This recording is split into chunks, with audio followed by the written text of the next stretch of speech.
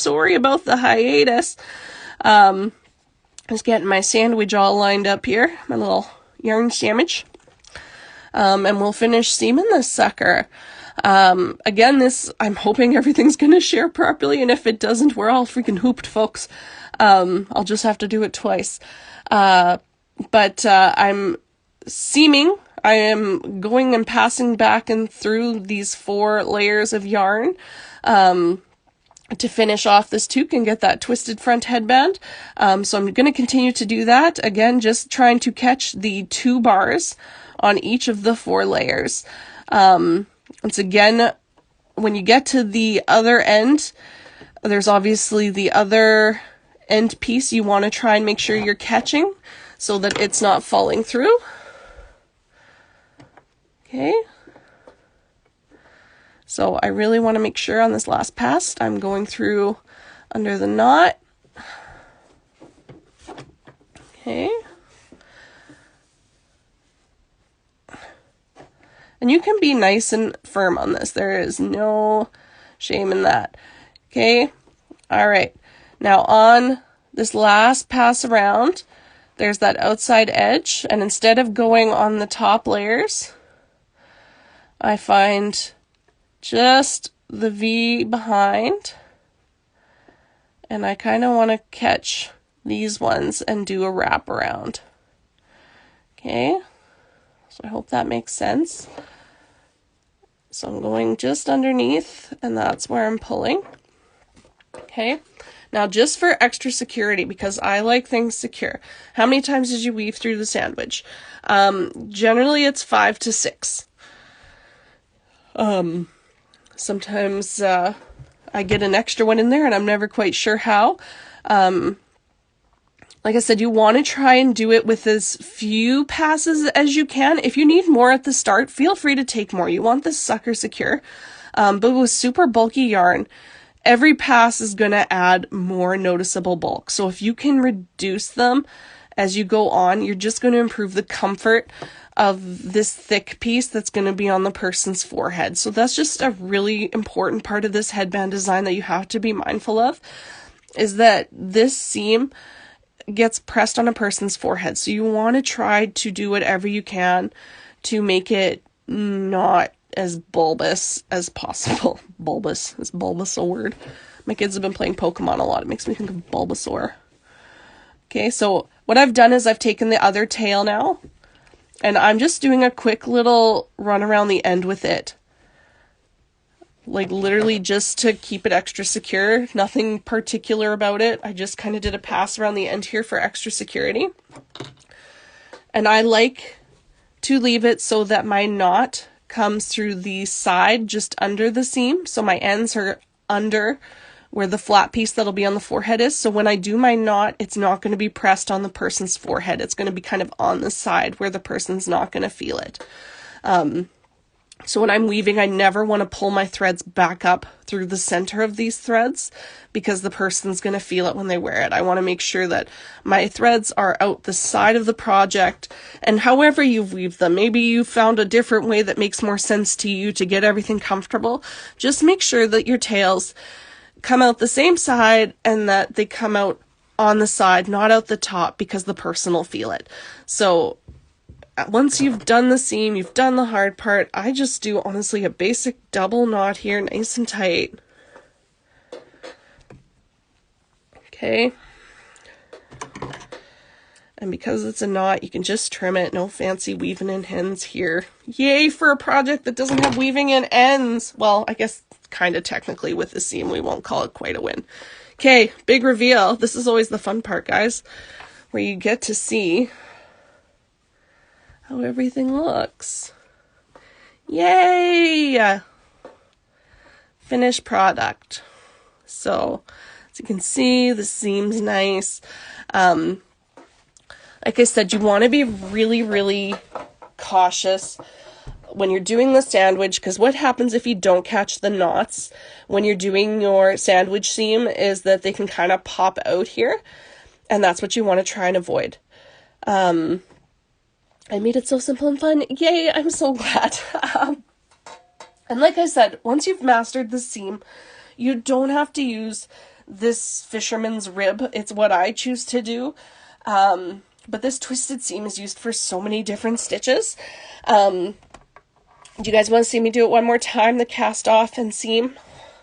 I've got one more that I have sitting ready here, if you'd like to see.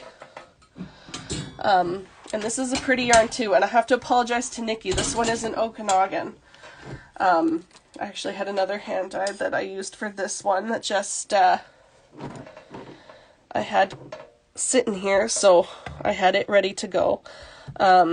This is hand dyed wool from Threadhead Knit Co. It's called Handwritten. They're also a hand dyer.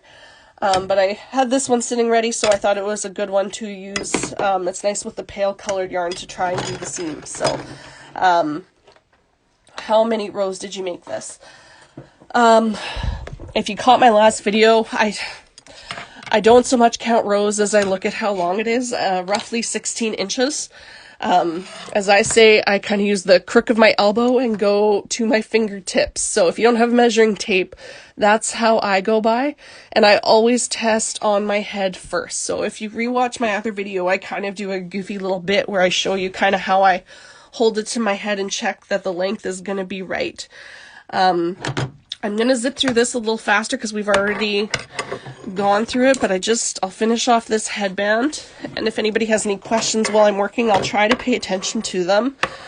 But I'm going to cast off again here because we did that on the last video, but in case you missed it, this is just going to be normal knit one, purl one, cast off. So I'm knitting that first stitch. Whoop. These needles that I'm using from this one are stupid long, so it's kind of a little awkward. I'm just trying to rearrange myself a bit. All right. Oh, I'm sorry. I know you guys have a trouble seeing if I hold it too low. Okay, this is happening really awkwardly because I can't. These needles are too long. Hang on. I bind off on the right side. I like to have a tail both on the top and the bottom, so when I bind off on the right side, then I end up with a tail on the bottom, because of course the cast on tail is at the top on the other end. It doesn't have to be done that way. I know there's been a time or two where I've just either forgotten or decided I wanted an abnormal number of rows because I didn't like how things were fitting. Oh my god, these needles are so long, you guys. I'm gonna grab some shorter ones. I can't get my hand around my thingy. Sorry, being awkward. Look at me, I'm an expert. I can't even get my needles around. And this is my special voice. Alright.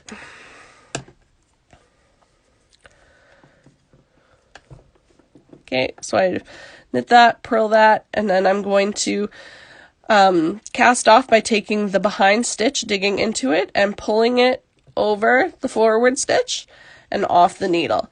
So that's how we cast off each stitch, is we work it in pattern. So next we have a knit, and then we're taking the behind stitch and again pulling it past the front stitch and off. And it's just that pattern off. So I'm at a purl, so I'm purling, again digging in to that back stitch, pulling it over the forward stitch, and then knit. If you're just joining, everything's going to be posted. I did put to post the last video. I hope it works. Oh, and I slipped here. Look at me, guys. I'm not perfect. First to admit it. I'm also trying to work around my tripod, which is making me extremely not dexterous. I am incredibly impressed that my voice has held out. It is scratchy as all heck, but it is giving her. I'm hoping that I'm on the upswing from this COVID. And like I said, I definitely felt better today. But it wasn't a fun couple of days, I'll tell you that. All right. So we're just about to the end. Whoop. Ah! My needles! Hey guys, and the last one. I said I knit my last one. Oop, this needle is ridiculously long, way too long for these. Okay, so there we go. And again, just to get that last tail off, I pull this. I cut a big chunk, like foot, 18 inches or so, something to work with. Okay, and pull tight. Okay, all right, and then quickly we'll do the yarn sandwich one more time because I love you guys. I know you guys love the sandwiches. But I'm going to do it quicker this time, so if you need to rewatch it, please do. And I'll try to do a reel sometime just on how to do the sandwich seam. I think there are a few out there. I think I've spotted one or two. But if you want to watch me do it, because I'm so darn charming, I'll try and make that happen for you. All right. Thank you for people. If you're signing off now because you've gotten the hang of it, that is just fine. I'm going to repeat the yarn sandwich. Again, if people have joined in and they've had a good time, I'm not charging anything, but I do have a coffee account set up. The link is in my bio. I'm taking donations to do courtyard improvements at the care home where I work. You can buy me a $2 cup of coffee, and every single cent that I make on that coffee account is going to go towards courtyard updates at the care home that I work at. So if you guys have enjoyed and you would like to show that appreciation somehow, like I said, this pattern isn't for sale. I'm not charging for it, but if you'd like to make a donation so I can pretty up some courtyards for our old folks, that would sure be appreciated. So I'm just going through the yarn sandwich. Thank you for sharing your skills and pattern. Oh, you're so welcome. Thank you for being here. Thank everybody for coming on this journey with me. This is my first live tutorial ever, so I apologize for any hiccups or anything that wasn't clear.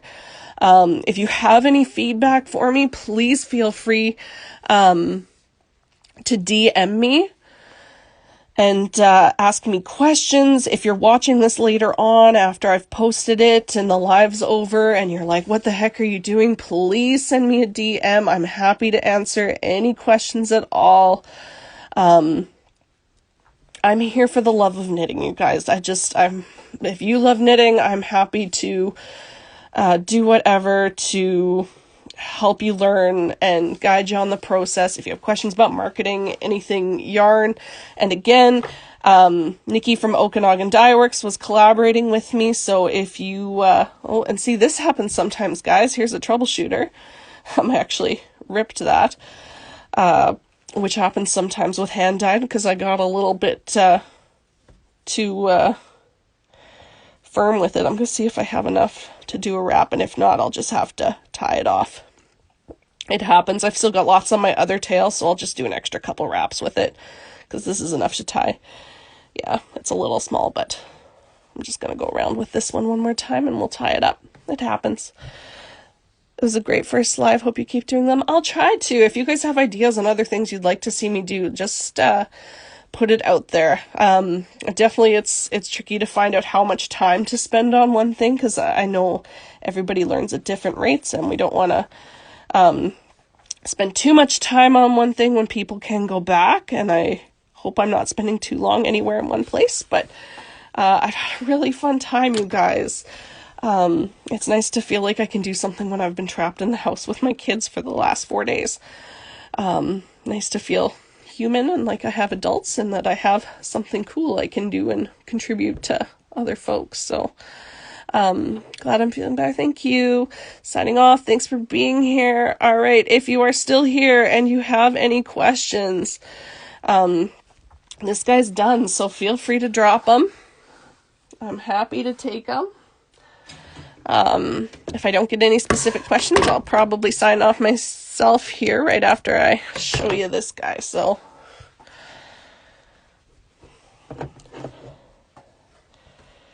all right, and there is this one.